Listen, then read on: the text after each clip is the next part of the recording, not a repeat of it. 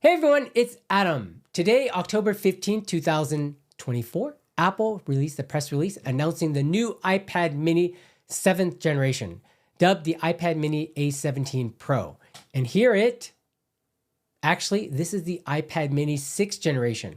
But you'd be hard pressed to tell the difference between the two because they're very similar externally. But internally, there have been a few changes, and let's list them out.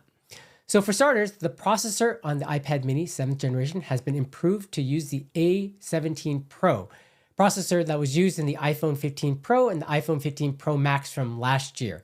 As you know, the new iPhones, the iPhone 16 and the iPhone 16 Pro series, use the A18 chip. But by using the A17 Pro, this means that the iPad mini will now support Apple Intelligence. In addition, the USB port has been sped up to support connections up to 10 gigabits per second, and the iPad mini 6th generation only supported connections up to 5 gigabits per second. Wi-Fi 6E is supported over Wi-Fi 6 on the iPad mini 6th generation, Bluetooth 5.3 over Bluetooth 5 in the 6th generation, and it also supports the new Apple Pencil Pro here, which means that the old Apple Pencil 2nd generation will not work with the new iPad mini 7th generation.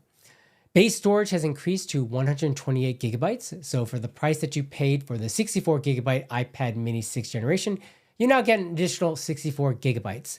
There's no nano SIM slot in the cellular models. It's only eSIM only. And they have a couple new colors. So blue has replaced pink and the purple has become more muted. But they also have the Starlight, which looks like this, and the Space Gray. In addition, finally, they also have 8 gigabytes of RAM, which seems to be the bare minimum requirement to support Apple Intelligence. Now, a lot of people on Reddit and the blogosphere were really disappointed in this update because they were expecting something more pro for the iPad mini, such as an OLED display, Pro Motion, slimmer bezels, industrial design similar maybe to the M4 iPad Pro, maybe even an M series chip in the iPad mini. But these people were under the mistaken impression that Apple does things, radically changes things generation after generation. And if you look at the iPad mini's history, you'll note that they've done very incremental and modest updates between generations for 2 to 3 generations, and then they revise it dramatically, and then they wait 2 to 3 generations, and then they revise it radically again. So I will give you a brief history of the iPad mini because I have several of these right here. So for starters, this is the original iPad mini from 2012. It was basically an iPad 2 put into a smaller case. It did not have a Retina display, and it is, by today's standards, extremely slow.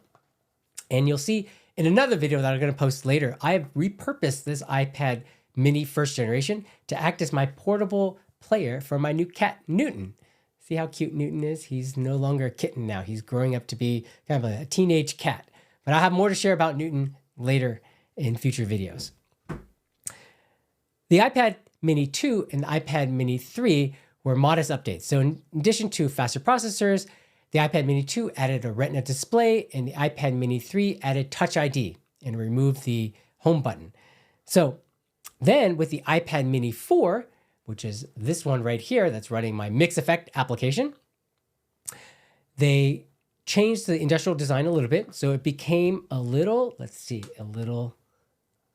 you can see in this picture here, a little taller and a little slimmer and a little thinner than the original iPad mini.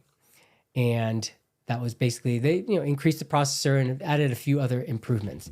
Then the iPad mini 5th generation, which is this one right here, is pretty much identical to the iPad mini 4th generation, except that they added things like Apple Pencil support.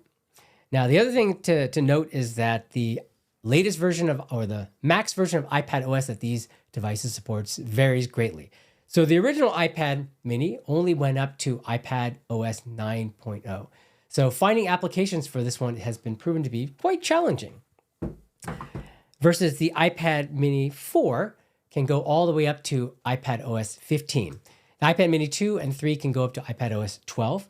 And the iPad mini 5th generation can go all the way up to iPad OS 18, which is kind of surprising since this is a pretty old model. This came out in 2019, I believe.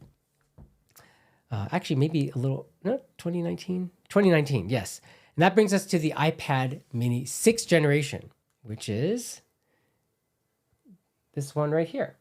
So this one sported a radically new design ethos for the iPad mini. So there's full edge-to-edge bezels. Well, there's bezels, but the edge-to-edge screen, there's no more home button. It uses Touch ID at the top here. And the display is 8.3 inches. This is a fantastic iPad mini. If you can get one, if you don't need all the features of the iPad mini 7th generation, and you find these on sale, these are still very good. They support the Apple Pencil 2nd generation, so not the Apple Pencil Pro. But you can still find Apple. They still sell the Apple Pencil 2nd generation on the Apple Store. This is a fantastic device. But the iPad mini 7th generation adds a few modest improvements. So for the people who are expecting a lot more out of the iPad mini, you're just going to have to wait a couple more years. So Apple seems to be on a 2 to 3 year cadence for releasing updates to the iPad mini lineup. So maybe in 2026 or 2027, we'll see a revision to the iPad mini. And who knows, maybe Apple will axe the iPad mini lineup in favor of something radically new like the iPad Nano.